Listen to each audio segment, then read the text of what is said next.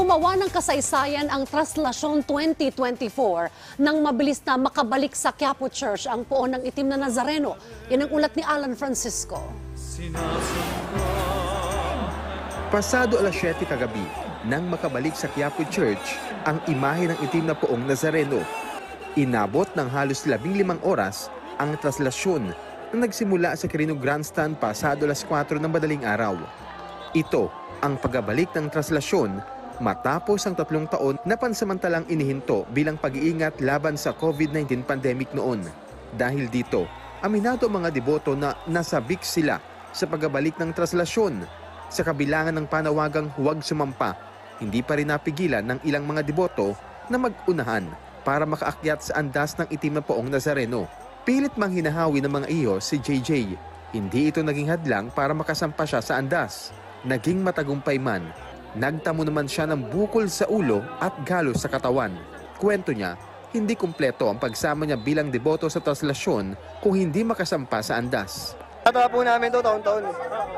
Pero kahit sinasabi ng ng mga otoridad na bawal, ginawa pa rin. Opo, ginawa po rin lang. Ano po ba yung pinakakatanging hiling? Ligtas na may mga mahal ko sa buhay. Ang ilan sa mga deboto, sinubukan ding sumampa, pero hindi tulad ni JJ, nabigo sila. Si Romeo, halos 5 dekada ng deboto ng Itim na Nazareno. Marami, kaya hindi ko pwedeng tigilan to. Hanggang kaya. Pero ngayon kuya, sinabi sila may pakiusap, huwag na lang sumampa. Bakit sinubukan pa rin natin? Hindi naman sa pagsampa. Halik lang sa kanya. Kumusta naman ang experience ngayong taon? Ayos lang. Ayos lang. Kaya pa rin. Taong 2019 naman ang nakasampa sa andas si EJ. At napatunayan niya, ang aniyay himalang dala ng Nazareno kung kaya't sumubok siya ulit ngayon. Satisfy pa rin naman. Medyo hindi lang siguro matawid ng ayos yung kasi ang daming sabik eh. Kasi since 3 years ago, 'di ba? Ang tagal na walang transaksyon, ngayon lang ulit. Kaya lahat ng mga kapatid natin gusto lahat makasampa. Hindi naman hadlang ang pagiging babae ni Alicia para makapagbalyahan sa mga lalaki makasampalang sa andas. Aniya, para siyang binuhusan ng malamig na tubig nang nahawakan niyang lubid sa andas kahapon. May chance kanina na makasampa, talagang sasampa. Sasampa ako. Bakit po? Bakit kailangan? Ayun lang ang lahat. Kasi hindi ko sa kanya natupad. Lahat na anak ko nakatapos, may mga trabaho. Ako malakas. Wala akong asawa, nabuhay ko mga anak ko, lahat tapos.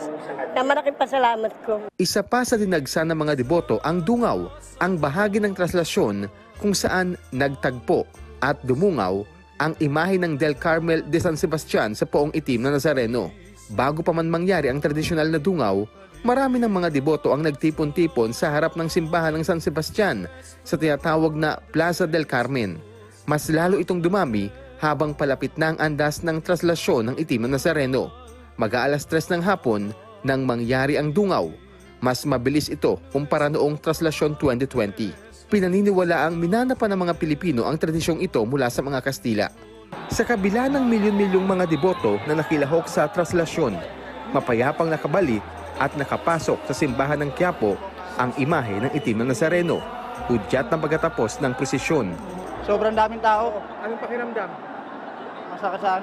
Sobrang daming tao. Pero masaya. Opo, masaya po. Dahil po kay Black Nazarene. Kanina pa po umaga pa ho. Kayo na pang umaga. Opo. Oh. Maraming mga nahimatay, kinaya mo. Anong naging sekreto mo? Pananampalataya lang po sa Panginoon natin yung Poong Nazareno. So anong pakiramdam? Napakasarap po. Napakasarap sa pakiramdam na kilabot man na may tawid. Sana po ay makapasok na ako sa pagpupulis. Tsaka mag-good health sa magulang ko at the same time sa magiging anak ko. Ayon sa mga opisyal ng Quiapo Church, lampas 6 na milyon ang lumahok ngayong traslasyon 2024. Alan Francisco, para sa Bayan.